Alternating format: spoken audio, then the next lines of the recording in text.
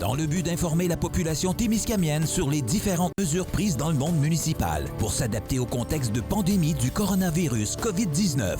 Voici Mme Claire Bolduc, préfète de la MRC de Témiscamingue. Bon matin, Claire. Bonjour Yves. En ce mardi 19 janvier. Une belle fin de semaine pour toi? Oui, ça a bien été Ça en a fin de bien semaine. été. C'est toujours assez tranquille, mais il y a quand même pas mal d'activités. Puis on va y en parler reviendra ce d'ailleurs. matin. Ouais. Oui. On va revenir sur quelque chose qu'on a parlé vendredi dernier. Je pense que c'est les métiers à tisser. Hein? Oui, les gens peuvent aller dans les locaux qui sont accessibles. Il arrive que certaines municipalités, les installations sont dans les édifices municipaux et les municipalités ont fermé l'édifice municipal. La municipalité a tout à fait le droit de le faire et c'est même sa responsabilité de le faire. Alors, si c'est le cas, dommage, mais la municipalité a la responsabilité de fermer C'est eux qui ont le dernier mot. ces édifices, et c'est ça, ils ont le dernier mot. Si les installations se trouvent ailleurs alors, et que c'est accessible, alors là, oui, c'est possible, avec une seule bulle familiale.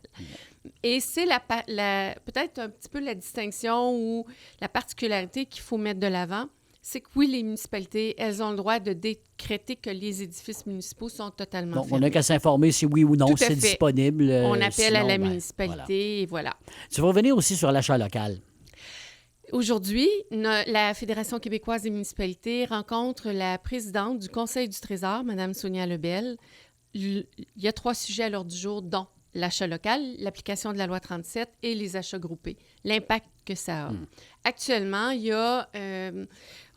moi, j'avais lancé la question à la Fédération québécoise des municipalités qui ont pris la balle au bon, qui ont fait un tour de piste avec d'autres régions, le nord du Québec notamment, le Saguenay-Lac-Saint-Jean, la Côte-Nord également. Mais on a aussi fait quelques appels à des collègues, la Fédération canadienne de l'entreprise indépendante, qui est aussi très attentive aux impacts que peuvent avoir l'application de cette loi-là. Okay.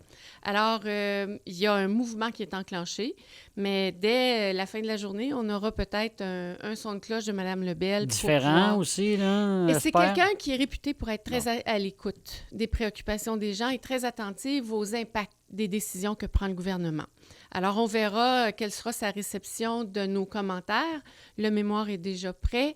Mme Lebel attend la Fédération québécoise des municipalités et ses représentants. Alors, on verra... C'est beaucoup de pertes, ça, là, pour la région, si jamais ça... C'est énorme. C'est énorme pour nous. C'est énorme pour les commerçants. C'est une qualité de service qu'on risque de perdre pour tout le monde, pas seulement... c'est aussi un enjeu d'habitation des territoires. On a le droit d'être ici. On contribue, et retenez-le, on contribue de façon marquée à la prospérité de tout le Québec. C'est pas vrai que parce qu'on est un peu plus loin ou parce qu'on veut économiser quelques dollars, on va sacrifier des services dans nos régions. Et ce que le gouvernement sauve, les quelques dollars qu'il sauve, il les perd de toute façon en vitalité, en réinvestissement de toute nature pour compenser. Est-ce qu'on pourrait faire des calculs un peu plus intelligents? Voilà. On en saura davantage, donc. Alors, c'est à suivre, mais il y a quand même un mouvement qui est assez actif en ce moment. Et on est très fiers. Le Témiscamingue a été parmi les premiers à faire lever le mouvement. On est proactif. Voilà.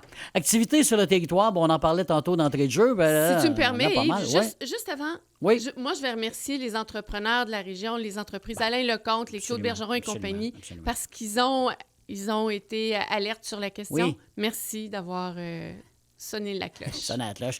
Donc, pas de problème. Les activités sur notre territoire, parce qu'il y en a quand même pas mal. Là. Il y en a quelques-unes. Bon. Et vendredi dernier, le comité stratégique municipal se réunissait. C'est 4 maires et mairesses qui sont attentifs dans chacun leur secteur et qui ramènent de l'information pour qu'on puisse faire les suivis appropriés. Le comité stratégique municipal a dit « Ce serait intéressant de connaître les activités dans toutes les municipalités, d'avoir une espèce de fiche, de liste de ce qui peut être offert pour la population. » Quelle journée est à l'affaire? Bon, alors, aussitôt dit, aussitôt fait, Catherine Drolet-Marchand, Sabrina Tremblay de la MRC se sont mis à l'œuvre. Et dans les prochaines heures, sur le site de la MRC, vous aurez un répertoire des activités hivernales par municipalité parce que le Témiscamingue, c'est là où on vit, mais c'est aussi là où on bouge, là où on Exactement, s'anime. exactement. Alors, je les remercie beaucoup parce que c'est vraiment un formidable document. Ça recense les activités, où est-ce que c'est, ce que ça représente. Par exemple, à Guérin, il y a un nouveau sentier glacé. Vous pouvez patiner sur le sentier. Ah, il y a des choses qu'on ne savait même pas. Et là. voilà. C'est près de la patinoire. C'est une distance d'à peu près 500 mètres. Alors, vous pouvez vous promener. C'est C'est agréable, ben oui. c'est ça. Et il y a d'autres activités comme à Fugerville, des sentiers de l'Outback. Réseau de sentiers, c'est peu connu, mais c'est magnifique. C'est près du lac Honora à Fugerville. OK. Il nous manque quelques informations pour compléter le tout, mais déjà, le document que moi, j'ai en main Comment ça prend de forme, là? est vraiment, vraiment complet. On vous dit s'il y a des frais, on vous dit la distance, on vous dit le nombre de personnes qui peuvent y aller, on vous signale les stationnements disponibles, on vous donne l'information dont vous avez besoin pour bien planifier vos activités. Puis la plupart du temps, c'est gratuit, hein? La majorité des activités sont gratuites, effectivement. C'est vraiment une très belle initiative Oui. et ça sera sur le site de la MRC. Vous allez sur le site, onglet COVID-19, et vous allez trouver le répertoire des activités hivernales. Donnez-nous encore quelques heures pour ajouter les informations qui nous manquent.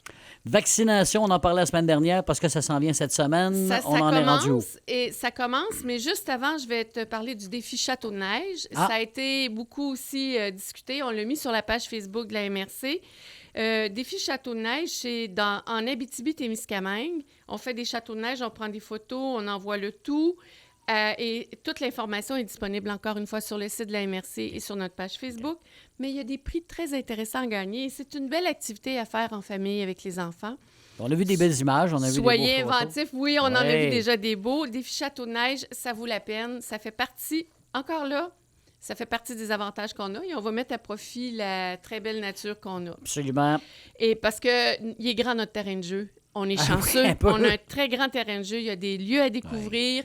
Il y a des choses magnifiques.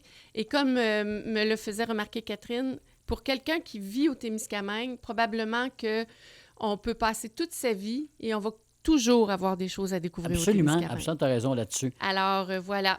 Vaccination. Oui, allons-y. Vaccination, ça commence. Cet après-midi, le CISAT fera un Facebook Live pour des questions-réponses sur les éléments de la vaccination, des informations pertinentes. Toutefois, on sait que c'est pas tout le monde qui est sur Facebook et Dr. Paul-Émile Barbeau et moi-même, on a réfléchi à la manière de rendre ça accessible et facile, ces informations-là pour la population. Alors, vous avez des questions, vous avez des préoccupations. Vous voulez savoir quand ce sera votre tour, la vaccination. Vous voulez connaître les effets des vaccins ou la qualité des vaccins. Vous nous écrivez. Vous pouvez écrire à la MRC sur la page générale info.mrc.témiscamingue.qc.ca. Vous pouvez m'écrire à moi directement sur ma page Facebook, sur mon Messenger, la page Facebook de la MRC. Vous pouvez appeler à la MRC, vous laissez le message sur la boîte vocale d'accueil, vous laissez votre nom, votre numéro de téléphone, on vous rappelle. Vous pouvez m'appeler sur mon cellulaire.